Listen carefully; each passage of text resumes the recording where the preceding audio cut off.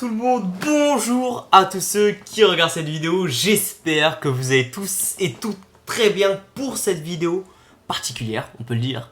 Parce que c'est potentiellement la dernière vidéo que je fais en étant en prépa. Et oui, ça fait 2 ans que je bosse à fond, quotidiennement. Les maths, la physique, les sciences, français et anglais. Justement pour intégrer une école d'ingénieur. Et là potentiellement dans quelques jours, dans quelques semaines, je connaîtrai mon avenir qui commence un petit peu à se concrétiser, un petit peu à se dessiner.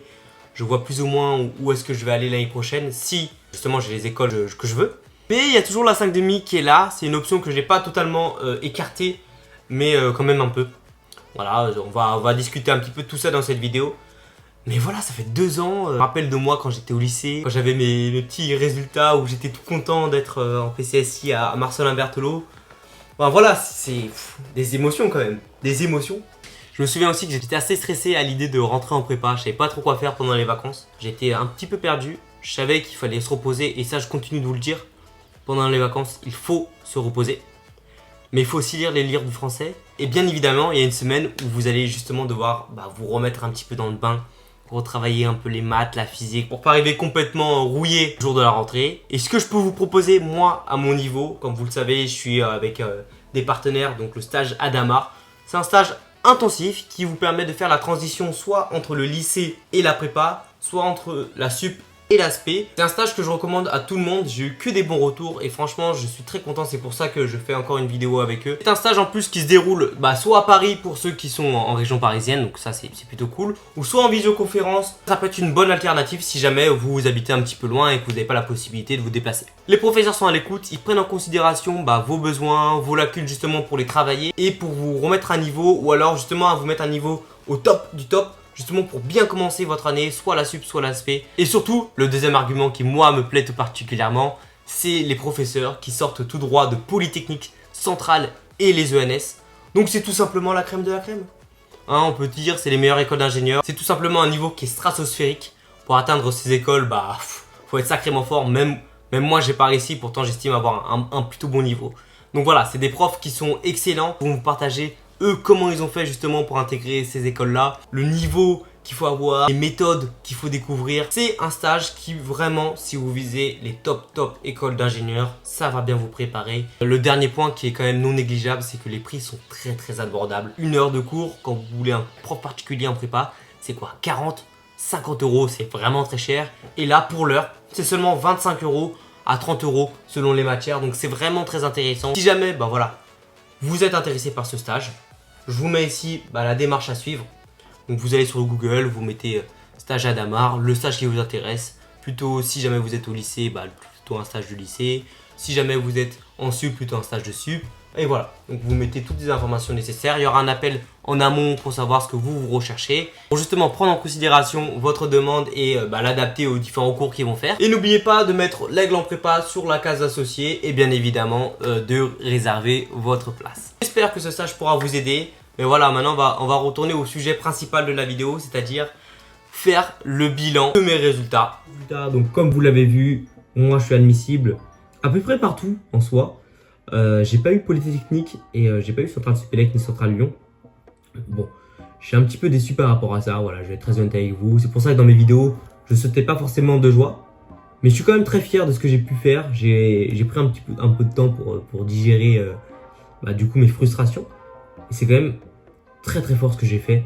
Enfin, quand même, il faut le dire, c'est que avoir 14 de moyenne dans la plupart de mes manières scientifiques à 1000 ponts, c'est quand même assez solide. Il va falloir que je concrétise un petit peu mon niveau. Je pense que j'ai été peut-être un petit peu déçu surtout de ne pas avoir Supélec. Mais voilà, je reste conscient que j'ai les grandes mines. Du coup, j'ai fait 2-3 recherches sur les grandes mines, un peu plus en précision par rapport à ce que je voulais. Il y a vraiment des écoles qui m'intéressent tout particulièrement. Donc là, pour l'instant, je vais pas vous dire ce que je vise parce que, comme vous l'avez vu avec Centrale Supélec, du coup, ça n'a pas marché le fait que je voulais dire au préalable. Donc pour l'instant, je vais rester un petit peu muet sur les écoles que je vise. Et puis, si je les ai, je vous dirai tout simplement si je suis content ou pas. Voilà, c'est un petit choix que j'ai décidé de faire pour éviter de me porter l'œil cette fois-ci. Surtout que mes oraux, c'est dans assez peu de temps en soi. Moi, je suis série 3 et 4, donc je suis vraiment dans la dernière série. J'ai mon TIPE le 3 juillet.